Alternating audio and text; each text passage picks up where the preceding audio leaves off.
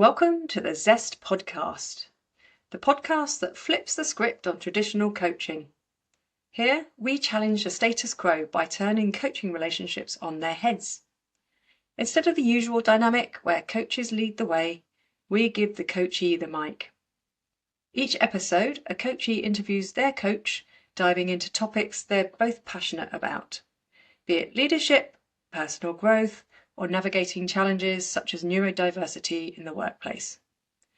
Our unique format inspires authentic conversations, shared learning, and fresh perspectives.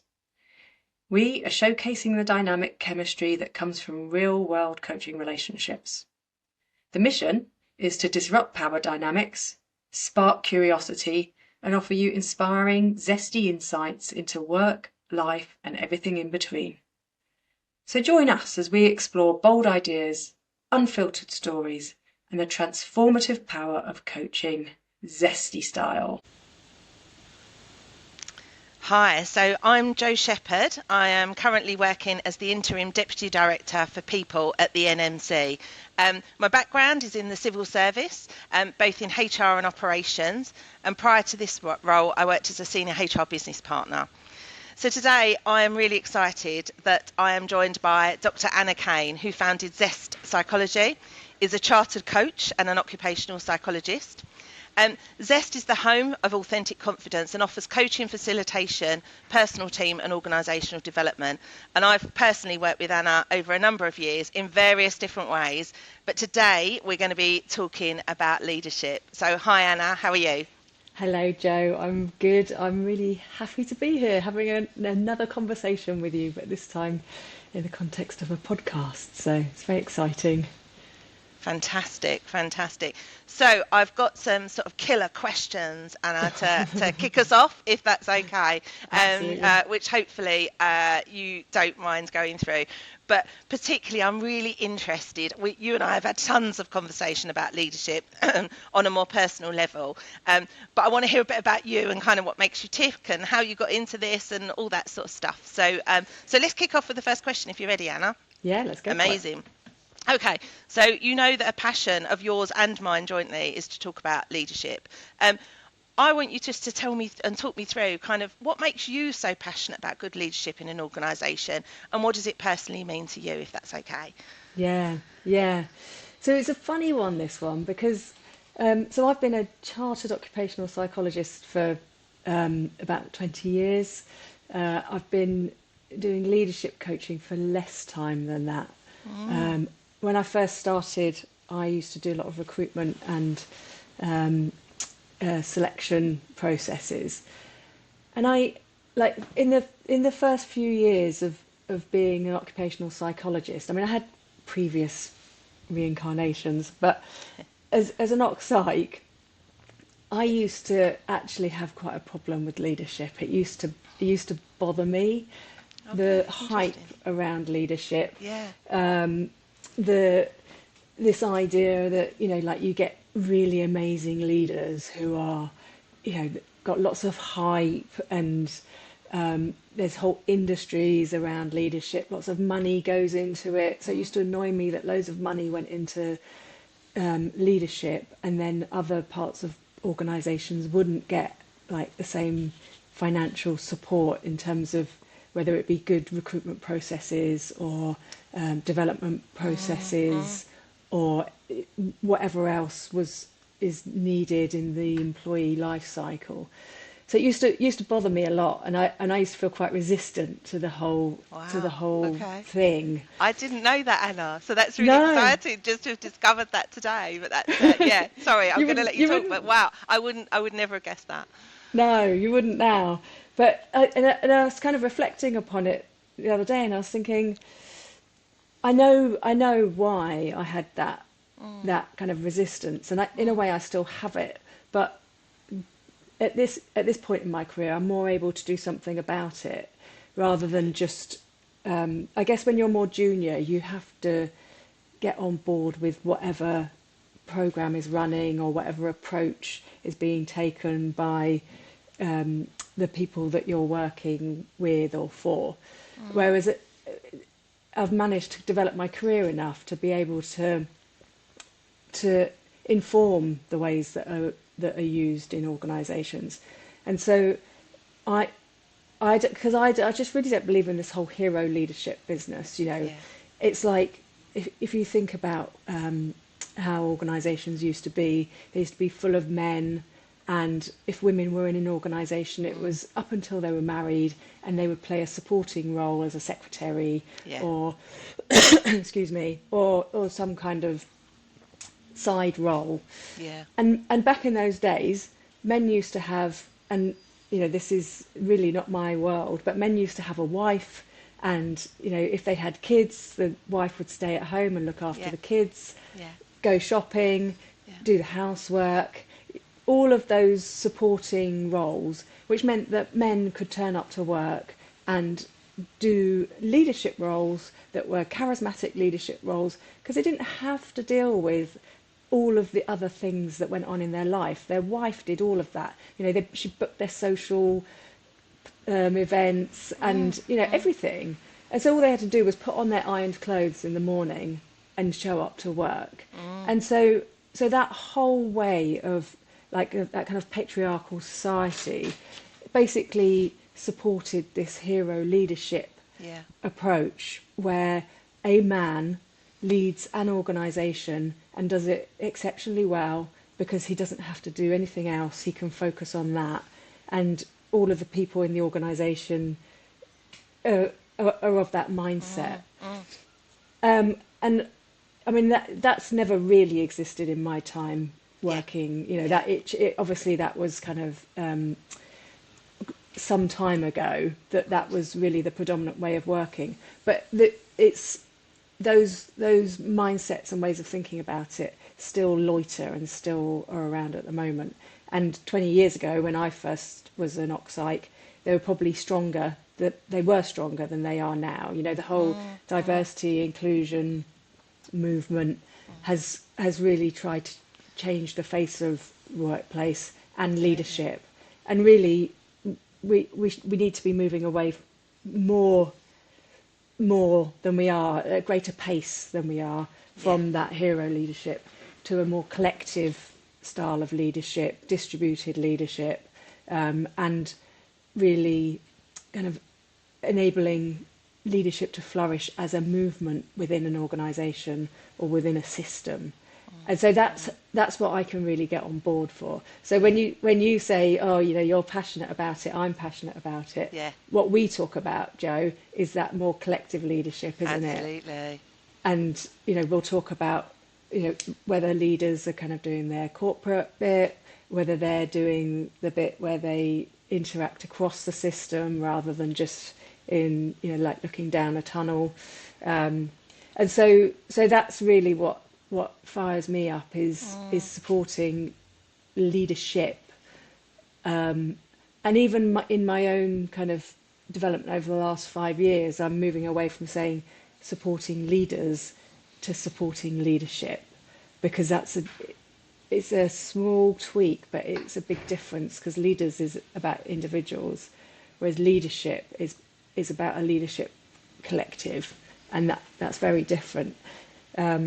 And so then if you can do that, then you can try and move away from like bad leadership. So like, when after lockdown, when there were a lot of stories in the press about how ministers were leading in the civil service, and everybody was like, didn't realise, that there was a lot of exposure then, wasn't there, about leaders that were bullying, that had unacceptable practices that were accepted because they're charismatic and because of this kind of hero leadership acceptance. So just exposing some of those things in the press, I think, can be really useful in terms of helping people realise that putting all your eggs in one basket, having one leader who gets to really set the scene for an organisation, can be really unhelpful and damaging. And yet, if you have a leader who works in that collective way, it gives people space to flourish, doesn't it? Yeah, absolutely. And already I'm going off topic. I'm going to go off on another tangent on a question that I hadn't got written down. So already, because I'm interested and really learning from you as always. So just, I agree with you completely. The collective leadership piece is so important. And actually, you're right. The danger of having that one charismatic leader who kind of, when they leave an organisation, everything falls apart, it is really dangerous. And you're right. It's 100% about the collective leadership. It's interesting. I'd never linked that back to kind of history of the kind of male dominated environment, etc. Have you found, I know regularly we talk about coaching and things like that, and that's a massive skill of yours, and particularly with Zest. I mean, do you feel that that's still an issue for women these days in the workplace around kind of that fitting into, trying to get everything in and do the job and be a good leader and be part of a collective team and you know what I mean? Are you still seeing some of that? Yeah. Oh, yes. Yeah. 100%. I mean, the amount of stories I've heard in my coaching room, if you like, because it's a virtual room, but about how women just aren't given opportunities. And it's not just about women as well. It's about other minoritized groups. Because, of course, remembering women aren't, they make up 50% of the workforce. Obviously, some organisations are gender dominated, but it's also people of colour or people from certain sexual orientations, or there's many ways of minoritized groups not really being given space to take on leadership positions, to have impact, to contribute to important decision making. So I see it a lot still, and there's certain industries that are quite rife. So if you look at academia, that's still very male dominated, and whilst men are given time off for things like paternity leave, it's really still, in society, it's still really women that are expected to take time off. And if it does flip, or if a woman's in a same-sex relationship, then it's always still like a big shock, isn't it? Like, oh my goodness, your husband is doing the childcare. Wow, it's a big deal. Yes.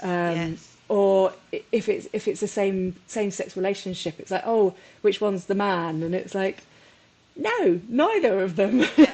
It's a partnership. It's a partnership. Absolutely. So not everything has to be defined by gender or those kind of like leadership roles. But I really, there's still so much work that needs doing in terms of giving different groups access to that leadership space. And I just took us back by a few decades, but really, these whole patterns that go back like many, many years back to times when Western worlds were trying to, did dominate across the world, and there's patterns still impacting us from there, and that's kind of against women and against people of colour, and basically against anybody that's not a white man. And I know white men feel very put upon at the moment because of the whole narratives that are emerging, but if you look back in history, then you can see what's happened and how it's impacting us now. So there's a lot that really we should be unpacking more than we are. And the world is not a great place at the moment in terms of allowing us to unpack that stuff, because it's being actively shut down. So it's difficult times at the moment, I think. And I was just interested in some of the reflections you were saying there about kind of how that's impacted on perhaps coaching relationships and what people bring into the kind of virtual room, and really resonates. Just in terms of going back to that kind of collective leadership and talking about the collective leadership, can you just make that real for me for a little bit? Talk me through like the best kind of form of collective leadership? And I use the word best, but that's not a very good word, but you understand what I mean. What did it feel like? What were their qualities? You know, and we all know the shadows that leadership teams can cast. So where tell me a bit about that. Make that a bit real for me if you can. Yeah. So again, I've got this, like, not really a bee in my bonnet, but something that I think about in terms of like leadership, where leaders in the collective need to be aware of who they are and how they interact, and what that feels like for people that they're interacting with, or making decisions about, you know, policies, processes, the focus of the organisation. It really needs to be done. If it's done well, then the leadership team at the top of an organisation will be really listening to the people in the organisation. And that's so much easier said than done, isn't it? You know, we say it all the time. Oh, you know, how much are you listening? And then there can be a bit of a consultation period. But then when people feel consulted, that's very different to, well, you asked me, but you didn't really listen. Yeah. And so, you know, what really is the difference of that? And I guess it's about when you see decisions being reflecting, they don't have to reflect every single thing that they've heard, because it's not possible. You can't make a decision that pleases everybody, and strong leadership will make tough decisions. I've seen that work well, where strong leaders make tough decisions that not everybody in the organisation's happy with, but there's a change that's needed. And so in order to create a substantial change, the leadership at the top of the organisation have said, okay, this is what we're committed to. This is what we believe we need to see happen, change in the organisation. You know, for example, an organisation that I worked with was very rules focused, and people were following rules at the expense of the people in front of them. So leaders were jumping straight to a rule book rather than having a conversation with the people that reported into them or were impacted by the work that they were doing. And so to shift from that rules focus to something more person-centred and a more confident way of leading, it takes bravery, is that a word? Courage, to say, right, okay, you know, what we've got isn't working, and so we want something different. And you'll get a kickback, won't you? You definitely get a kickback in those scenarios. But if you've got a really firm belief that the vision you have for the organisation is what's needed, then you'll be ready to take the flack that comes with people pushing back. And, you know, because it creates fear in people, doesn't it? That uncertainty of, you know, we've been doing it this way for however long, and now you're telling us you want something different. I'm scared. Like, you know, what if I haven't got the skills, or what if I'm no good at it, or what if I don't like it, or what if someone else is better than me? You know, people fear for their safety, and so they'll be resistant to it. But good leadership teams will hold their ground, and they'll be committed together. So they'll have that shared vision that if say someone approached this part of the leadership team here and was saying, you know, I don't agree with this, we don't need to get involved because of X, Y, Z, and would that leader push back in the same way as if they went to a different part of the leadership team who's like, oh yeah, actually don't worry about it, it's fine, I'll let you off. You know, once you get those breaks in the leadership team, that's when you start experiencing big problems in an organisation, because those fractures in the leadership team, if they exist, by the time they move down, cascade down through an organisation, they become big, like gaping holes. Always. Yeah, the chasms. Yeah, exactly. And then everyone else around them is trying to make sense of the differences that aren't it's like, well, there's disparity here. Yeah, and so it actually puts the workload onto their teams to try and patch up the gaps, which is hard work for people. Yeah, it's really difficult, isn't it? And you're right about the collective. I've worked in roles where I've seen that over my career, where people, different leaders have taken different steps, and really you do need that collective kind of view to take anything forward, any large piece of work. And as you say, it's sometimes about holding the line, isn't it, and knowing that you've got the vision and things like that. So you talked a little bit there about kind of listening and making sure you listen to people. Just really interested in that point around you can't always meet everybody's needs. So how, as a collective leadership, and particularly using some of the authentic confidence model that you've supported me on particularly, what's really crucial in using that model to try and get to the point where people do feel listened to, but you're probably not going to meet their needs? How do you bridge that gap? Just talk me through a little bit about that if you can, just because I'm interested. Yeah, well, that's good that you're interested, isn't it? It's something I've struggled with over the years. I'm not, in leadership positions. So yeah, just interested in your views on that. What, in terms of really ensuring that leaders are listening properly to their their people? Yeah. Because sometimes it doesn't come across like that, because you're making those corporate decisions that are not necessarily, you're not always going to see every single bit of feedback in that decision, are you? So what's really important? And it might just be that you've listened, I don't know, but what do you think is just really important in that? It might be, but I think sometimes you need proper structures for listening. So, if you've got, it's quite a corporate thing, so it doesn't apply necessarily to smaller organisations.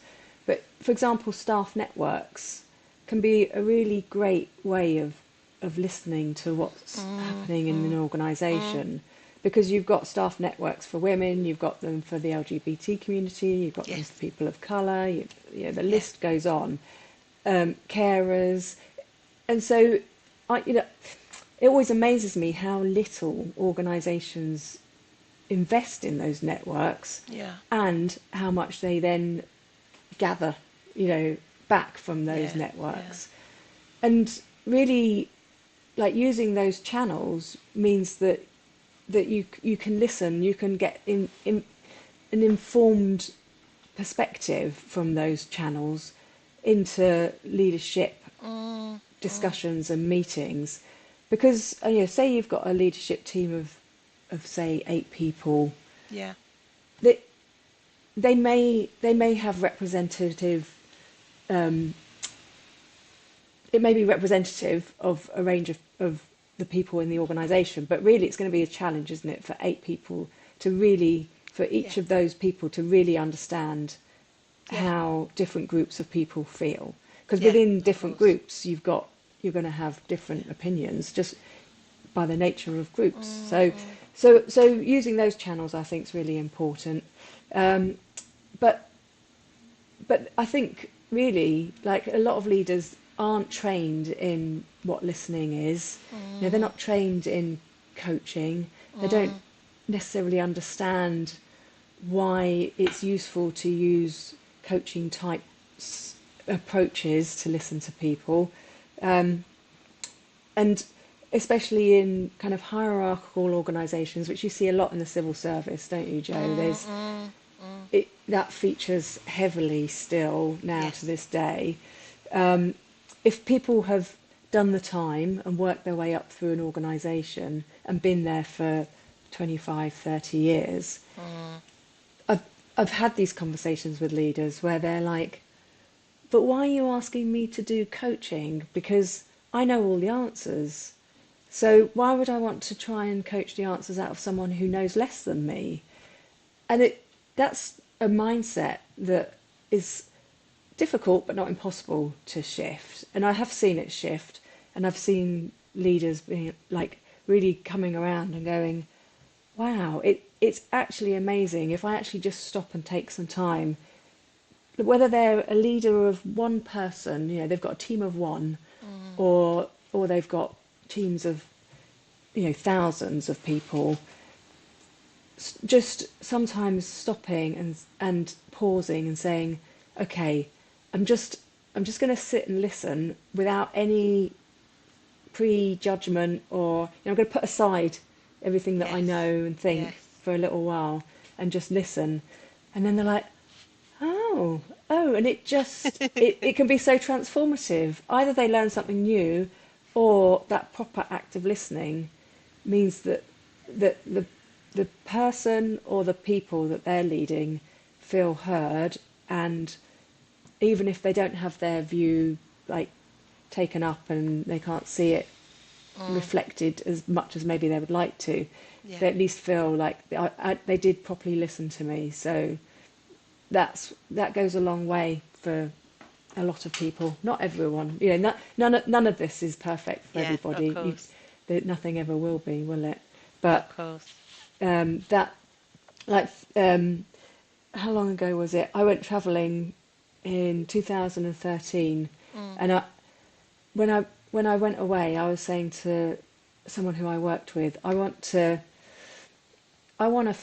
find something that enables people to really learn the art of listening, because my belief at the time was that people they think that they're listening but they're not. And when I was away, I wasn't very well, and so I had to learn how to listen to myself first, foremost, actually, which is a lovely irony, I think. That kind of, hang on, just look at myself first and foremost before then looking outward. And I think that's what leaders should do too. So that I learnt mindfulness, and I was like, this is basically a way of listening. And obviously mindfulness dates back thousands of years to different religious practices such as Buddhism and so on. But it has been adapted for modern day use. And I think that there are different practices out there for us that if we open ourselves up to them, we can realise that there are different ways of learning, listening and learning at the same time. They kind of go hand in hand, really, don't they? That was a Freudian slip. But a really good one, and well timed, definitely, which is really good. That really resonates. I remember when I was very junior in my career, I was given quite a big leadership role in an operational, and it was so hard not to jump in with the right answer, what I thought were the right answers. And I definitely was in the space of, this is my role is to give answers, and if I haven't got the answers, I can't say I haven't got the answers. Oh my goodness, I absolutely can't.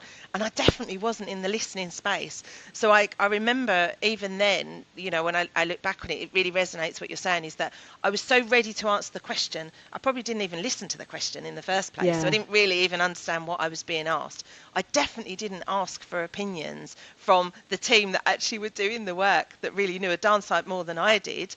So you lose that, you kind of, it's perception, isn't it? And I'm well into my career now, Anna, and I'm still learning not to try and jump in at every second, because you're almost conditioned in some way to do that. So I think you're really right. And funnily enough, the mindfulness, one of the tips that I learnt from you, interestingly, was I still do that 5 minutes before I come out of a tough meeting to go into the next meeting.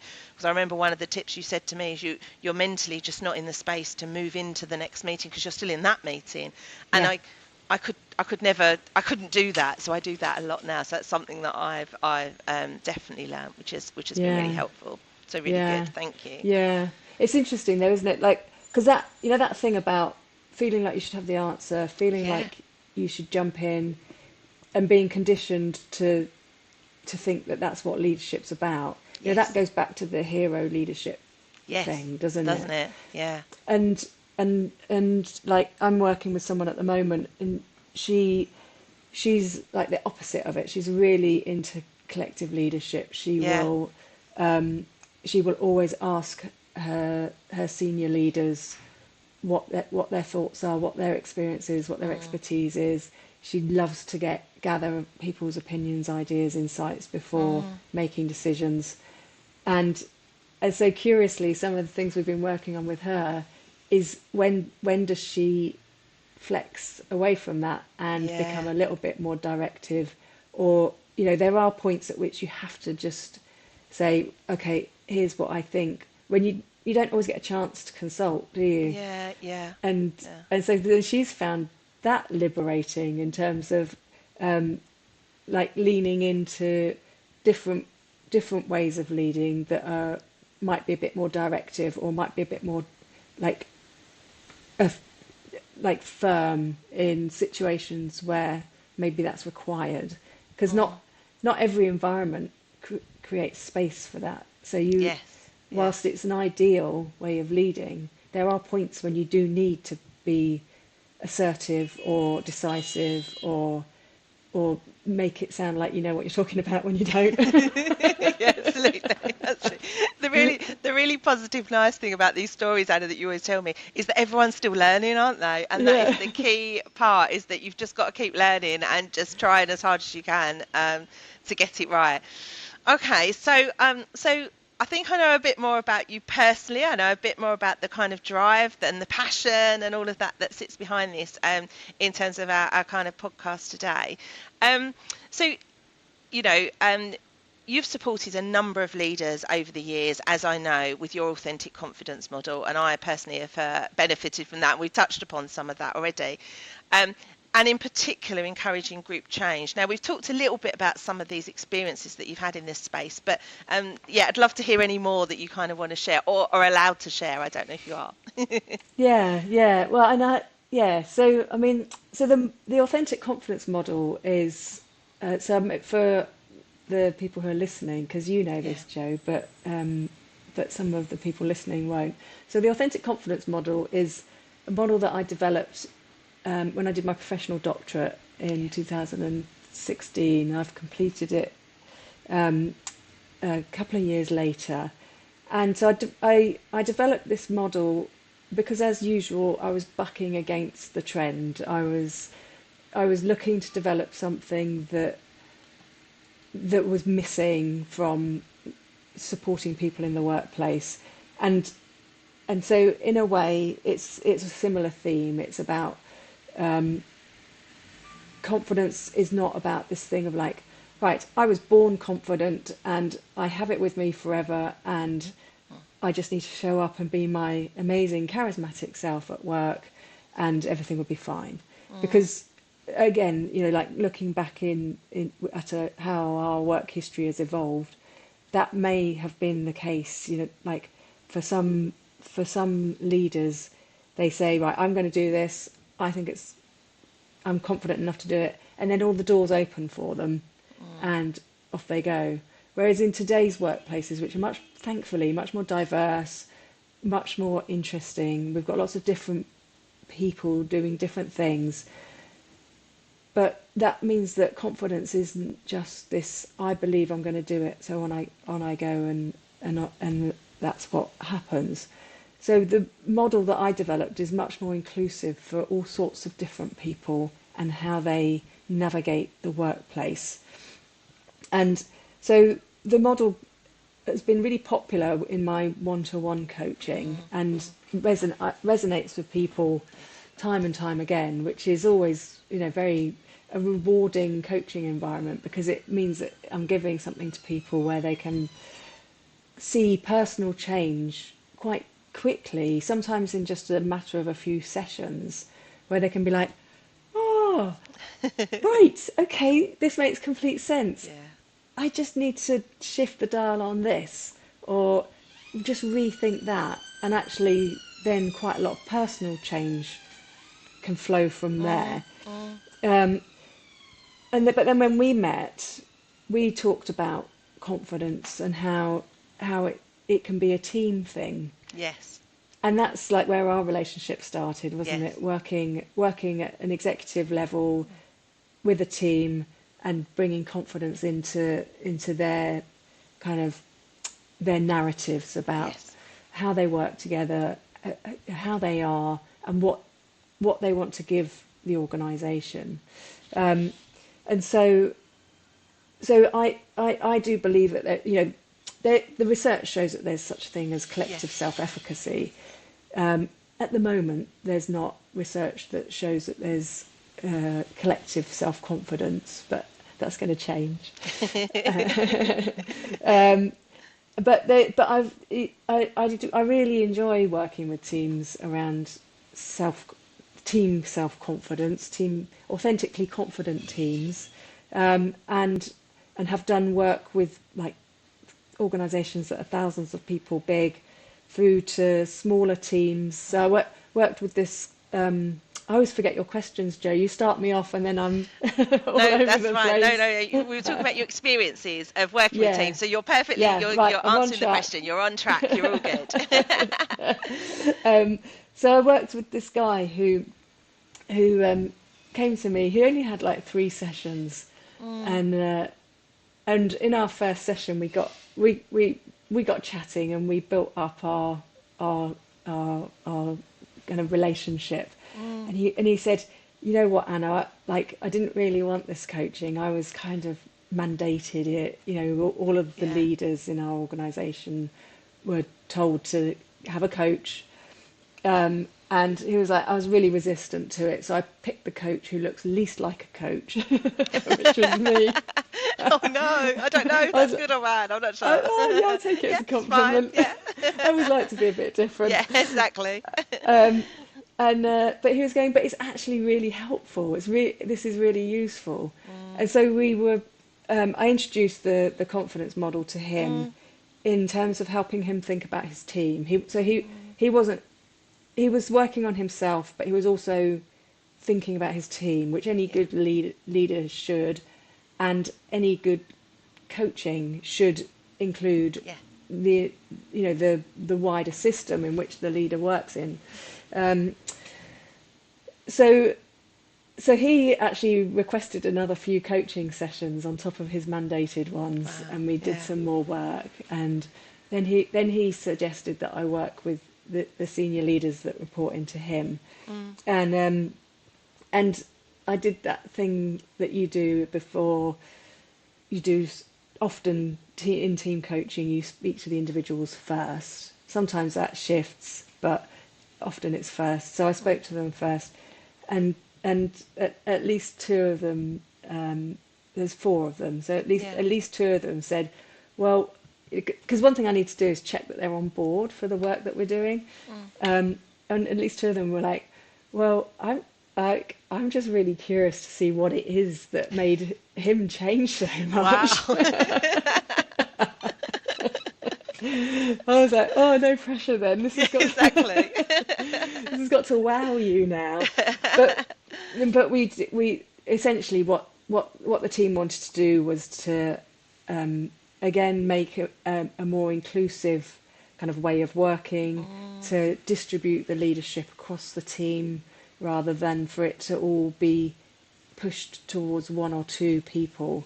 And it wasn't those 1 or 2 people that were hanging on to it. They actually wanted to have it distributed, but for some reason it wasn't happening. So we unpicked that and looked at different ways in which they could open up how the team works and supports each other and coaches each other. So I may be just really biased, but often bringing coaching into team solutions is a really good tool, because it really just spins people's mindset around and enables that change that, me sitting and telling people stuff, it's only going to get so far, isn't it? It's when people really realise. So the authentic confidence model is just really agile for so many different scenarios, where like what it was built for or designed for originally was I used to get a lot of coaching clients who'd come to me and say, confidence has always been a problem. I really want to work on it, but I don't know really what it is. I don't really know what to do. I'm just stuck. And so the model was kind of had that in mind for its end user, shall we say. But now it adapts and grows and meets all these different scenarios. And often a lot of people I work with, leadership teams, leaders, non-leaders, will they might say, well, I am a confident person, but I just want to tackle this new chapter in my life with more confidence. Or a team that is facing a big challenge might say, we want to step into this as confident as we can, and not overly confident, because obviously that's a horrible thing.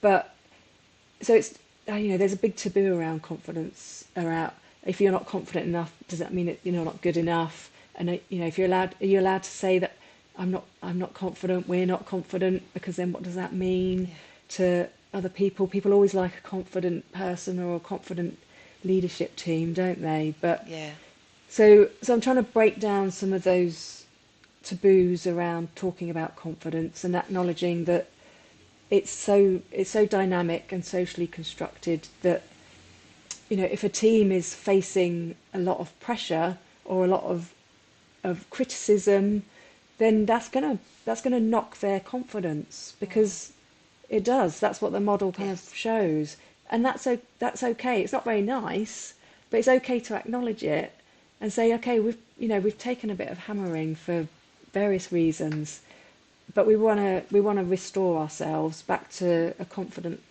level so that we can do our work that we really, really care about. Because really what I see whenever I go into organisations, on the whole, most people really care about their work. They really care about doing a good job. They really care about the impact they have on other people, but they don't always have the time, the space, or the tools to really work on that and get themselves to the right place.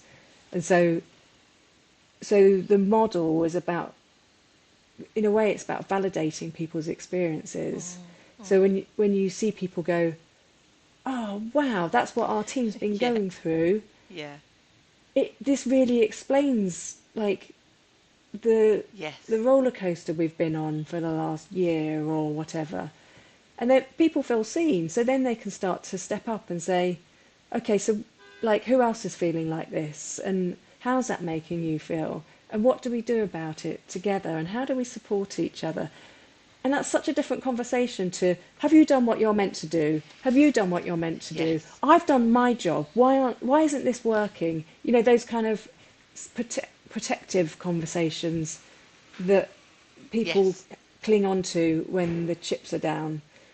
And actually, let's turn it around and make it as safely as possible held, vulnerable conversation where people can be like, oh, I didn't realise everyone else was feeling like this too. Exactly. It's quite lonely, isn't it? Being part of a leadership team. So, I remember when you and I started our conversations, the relief of kind of going, oh, someone else feels like this. Okay. It kind of normalised it for me. And I love the story that you just told there about the senior leader who then gave the coaching to his more junior team, and they could say, well, we're interested because we've seen some changes. So this is, I really want to get involved in this. So that is fantastic. I mean, what a great experience. So tell me a bit about kind of what do you ask leaders to think about specifically when moving on to the authentic confidence session? How can they best prepare? What can they expect to see? Yeah. So it's an interesting question, that, because I was thinking about an executive team I worked with they were leading a directorate which was thousands and thousands strong. So what they do impacts a lot of people. And so obviously they want to get it right. And so I experienced this there, but also in other places where some people are like, I want to know exactly what's going to happen in our leadership sessions.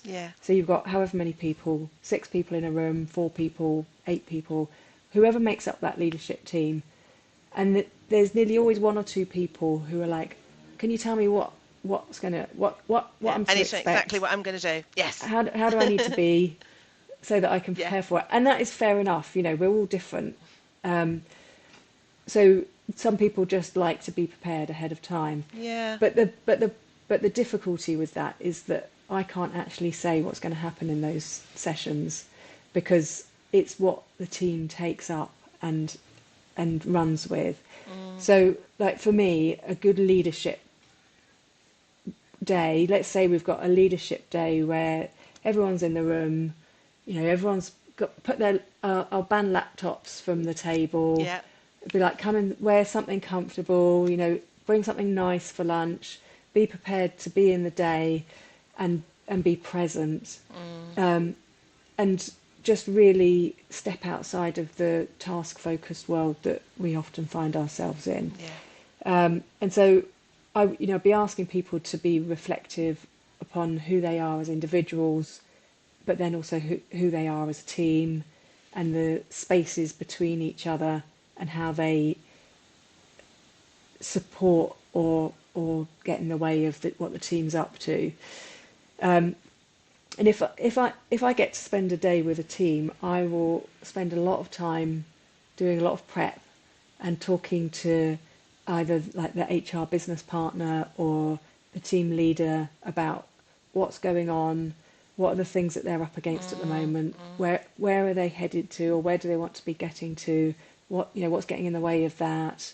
So we'll do quite a lot of prep work ahead so that I can walk into the room and have some sense of what the team's facing. But what works best is when they then step that up and stuff starts to emerge and unfold that the HR business partner didn't know about, the team leader wasn't aware of, or like quite often I like to have other players in the room so that their conversations can be heard. So for example, if you've got maybe a director that can come in to a team that's relatively senior but not senior enough to be making like those big decisions, then they're having conversations that get heard and taken away rather than it just becoming a kind of fest for complaining. So in a way, I want people to expect the unexpected, to come in with an open mind, but to be ready to talk about, like the model looks at competence, connectedness and authenticity and mindset. So they're the areas that we talk about. But what emerges is really in terms of what the team does. So my nicely planned day down to the last half hour, I love it when I have to just bin that and go with the team and where the team is taking it. If my day is delivered according to the plan that I've made, either I haven't made a connection with that team or it's early in our relationship and the team and I are still, getting to know each other. Or if there's a lot of people in a room, then sometimes you need to keep that kind of that plan. Otherwise, it can feel a bit frustrating for people if they're like, it feels like it's going everywhere and anywhere and it's not really contained. So there are occasions when keeping the plan is good, but typically I love it when a team takes their day and really makes it their own and really discusses the stuff that they need to be discussing, that they don't get the space to discuss when they've got their heads down and they're delivering whatever it is that's really important to them, the people they're delivering it to, and the organisation. Brilliant, thanks, Anna. And then I'm conscious of time, so we're going to, even though this is a fascinating conversation, I've got loads more questions, I'm going to have to narrow it down to kind of a last one, really. Yeah. So just in terms of, I love the idea of the team just kind of casting off your prep and doing their own thing and getting to the real heart of the question. Just to end on a particular high, tell me perhaps a little bit about a team that has worked with and some real successes that you've seen and how fantastic that's been. Oh, yeah. So, gosh, let's think.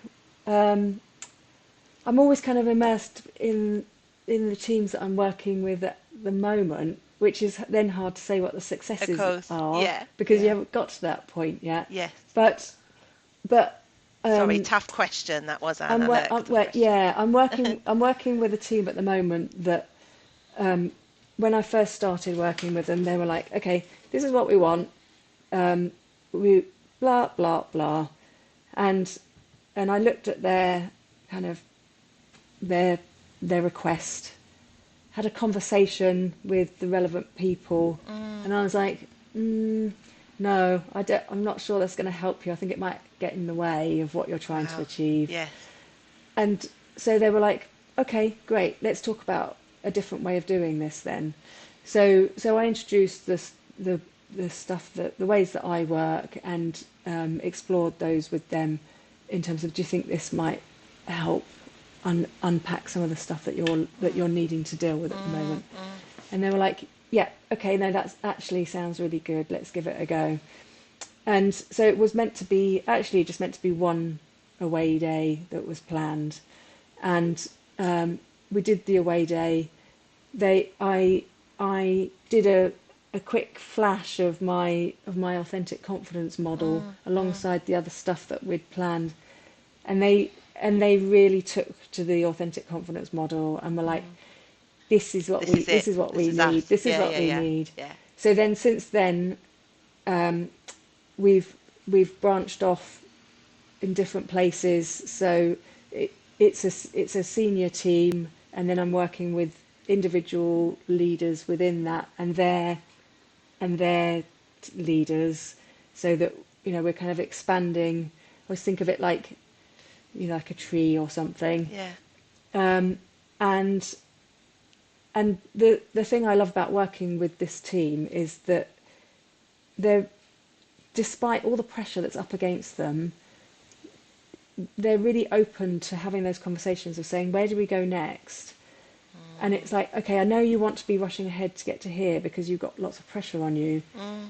They'll be like, if through conversation, my suggestion is, let's pause and let's do some work here, which I know feels like going backwards, but actually, this linear approach, I'm just trying to break that down a bit and get teams to realise that sometimes you need to go back before you go forward, and success isn't all about this upward trajectory.